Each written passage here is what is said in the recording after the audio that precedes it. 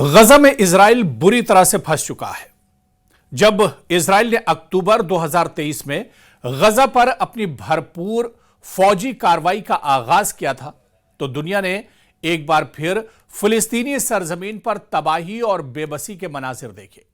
लेकिन चंद महीने गुजरने के बाद जो इब्तिदा में इजराइल की दहशतगर्दी के खिलाफ जंग समझी जा रही थी, वो अब इसके लिए एक सिफारती, अखलाकी और अस्करी दलदल एक तरह से बन चुकी है।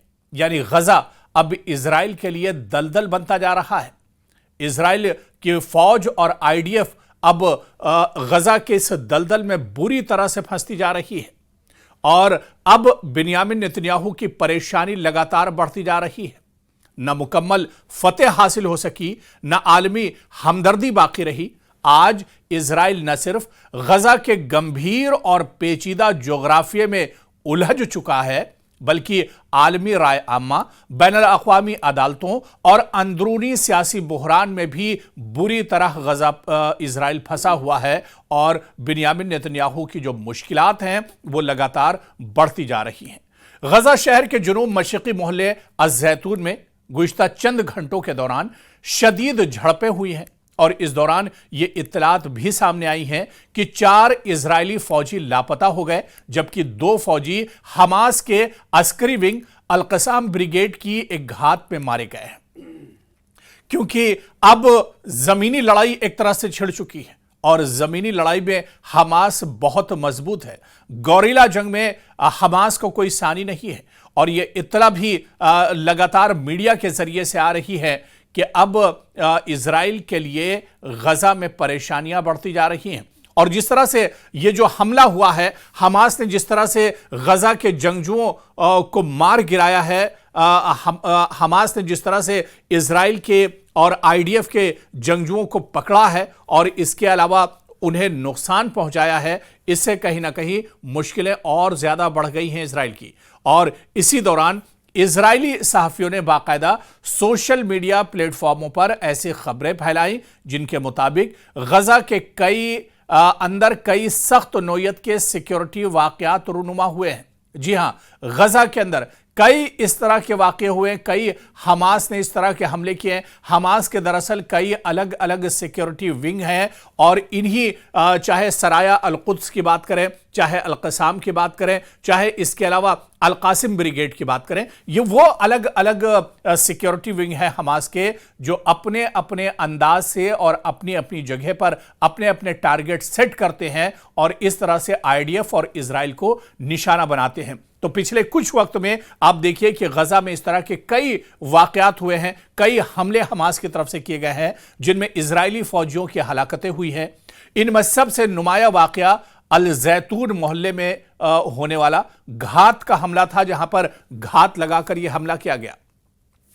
और आप देखिए कि यह हमला इतना ज्यादा जबरदस्त हमला था हमास की तरफ से कि जिसमें जो मरकावा टैंक लेकर इजराइल के फौजी घुसे थे, उन्हें उनके टैंकों पर भी हमला हुआ और उनके फौजियों को टैंक से निकालकर अगवा कर लिया गया है। अब हमास के पास दरअसल इजराइल के फौजी हैं, जो फौजी जिंदा मिल गए हैं उनको उनका अगवा कर लिया गया है और इसके अलावा जो फौजी मज़ाहमत कर रहे थे उन्हें मौत के घाट उतार दिया गया है।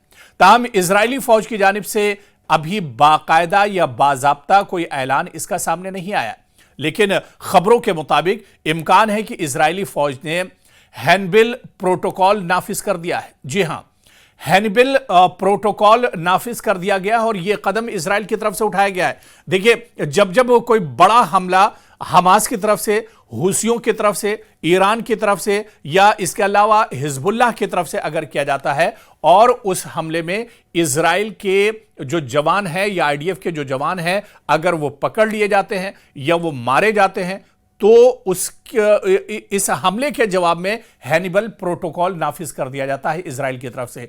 आखिर यह हैनिबल प्रोटोकॉल क्या है और यह आखिर क्यों नाफिज किया जाता है, इसके बारे में भी हम आपको बताएंगे। दरअसल इस जाब्ते के तहत, यानी हैनिबल जो प्रोटोकॉल है, इस जाब्ते के तहत अगर किसी इजरायली को कैद कर लिया जाए तो फौज को भारी और लेटेस्ट हथियार इस्तेमाल करने की इजाजत होती है ताकि कैदी को ले जाने वालों को मौके वारदात से निकलने से रोका जा सके, ख्वाह इससे कैदी की जान को खतरा लाहक हो। ये इत्तलात भी आ रही है कि हैनिबल जो प्रोटोकॉल है इसका भी इस्तेमाल एक तरह से इसमें इजराइल की तरफ से किया गया है।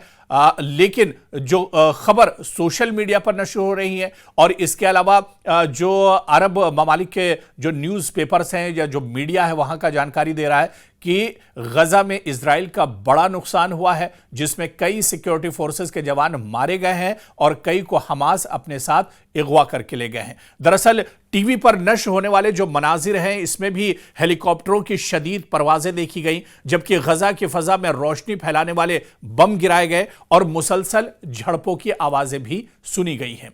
तो कहीं ना कहीं आप देखिए कि अब गजा के अंदर इजराइल घिरता जा रहा है। पिछले कुछ महीनों में अगर आप देखिए तो हमास और उसकी जो सिक्योरिटी विंग है वो एक तरह से खामोश थी, लेकिन ईरान और इजराइल के जंग के बाद हमास एक बार फिर से खड़ा हो गया है। और आप देखिए कि इजराइल ने जब अपने नापाक मंसूबों को जाहिर किया, जब इजराइल ने कहा कि वो पूरे गजा पर कब्जा करना चाहता है, पूरे गजा को अपने कंट्रोल में करना चाहता है, उसके बाद एक बार फिर हमास और उसकी जो सिक्योरिटी फोर्सेस की जो विंग है वो कहीं ना कहीं अब वो पूरी ताकत के साथ मैदान में उतर आई हैं। और यह पेशरफ्त ऐसे वक्त में सामने आई है जब वो चंद घंटे कबल ही अल-क़साम ब्रिगेड के तर्जमान अबू उबैदा ने इजराइल को खबरदार किया था कि गजा शहर पर कब्जे की इसकी कोशिश उसे अपने फौजियों के खून से कीमत चुकानी पड़ेगी। और इसी तरह से एक और सोशल मीडिया साइट पर कहना था कि गजा पर कब्जा नए इजरायली फौजियों के पकड़े जाने के इम्कानात को बढ़ावा देगा। उन्होंने मजीद कहा है कि इजरायली कैदी हमारे मुजाहिदीन के साथ ही महाज जंग पर रहेंगे और वही खतरनाक हालात और वही तर्ज जिंदगी झेलेंगे जो हमास के लड़ाका एक तरह से झेल रहे हैं। तो इजरायली अंदाजों के मुताबिक गजा में इस वक्त 50 इजरायली कैदी मौजूद हैं, जिनमें से 20 जिंदा हैं, जबकि इजरायली जेलों में 10,800 से ज्यादा फिलिस्तीनी कैद हैं। यह आदाद-ओ-शुमार इंसानी हुकूक की रिपोर्टों के मुताबिक है। और जुमे की सुबह के इब्तिदाई औकात से ही इजरायली फौज ने गजा शहर के मुख्तलिफ मोहल्लों पर अपनी फजाई बमबारी में शिद्दत पैदा कर दी थी और साथ ही शहर को खतरनाक जंगी इलाका करार दिया था। इस बीच इजरायली वजीर दिफा इजराइल कातूज ने 21 अगस्त को एक मंसूबा भी जाहिर किया था और इस मंसूबे को गायदोन वेगोन 2 की मंजूरी दी थी, जिसका मकसद पूरे गजा शहर पर कब्जा करना था। और यह मंजूरी ऐसे वक्त में दी गई जब अल जैतून मोहल्ले में फौजी कार्रवाई को शुरू हुए 2 हफ्तों से ज्यादा गुजर चुके थे और यह कार्रवाइयां जुनूबी गजा के मुत्तसिल मोहल्ले अल बसरा तक फैल गई थी। तो कहीं ना कहीं जिस तरह से इजराइल लगातार अपने नापाक मंसूबे को गजा में अंजाम दे रहा है, पूरे गजा पर कंट्रोल की तैयारी कर चुका है, बल्कि पूरे गजा पर एक तरह से कंट्रोल कर रहा है। ऐसे में अब हमास और उसकी जो सिक्योरिटी फोर्सेस और उसकी सिक्योरिटी के जो अलग अलग विंग है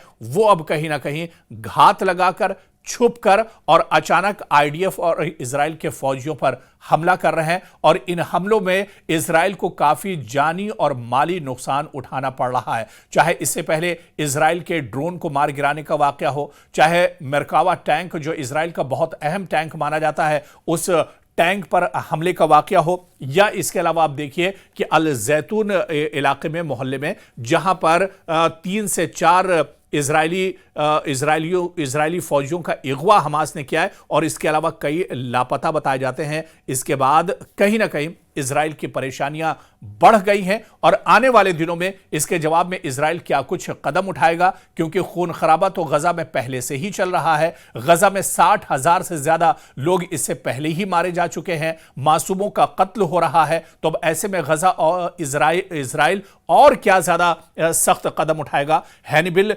प्रोटोकॉल का क्या इस्तेमाल किया जाएगा? क्योंकि हैनिबल जब बहुत ज्यादा हालात खराब हो जाते हैं उस वक्त आईडीएफ या इजराइल के फौज की तरफ से हैनिबल प्रोटोकॉल को अपनाया जाता है। और ऐसे में जब इजराइल के कई फौजी अगवा कर लिए गए हैं, कई फौजी मारे गए हमास के इस हमले में। तो ऐसे में क्या आने वाले दिनों में इजराइल अपनी कार्रवाई में और ज्यादा सख्ती लाएगा, या फिर यह कहा जाए कि इजराइल की परेशानियां अब और बढ़ेंगी क्योंकि हमास एक बार फिर से गजा में उठ खड़ा हुआ है।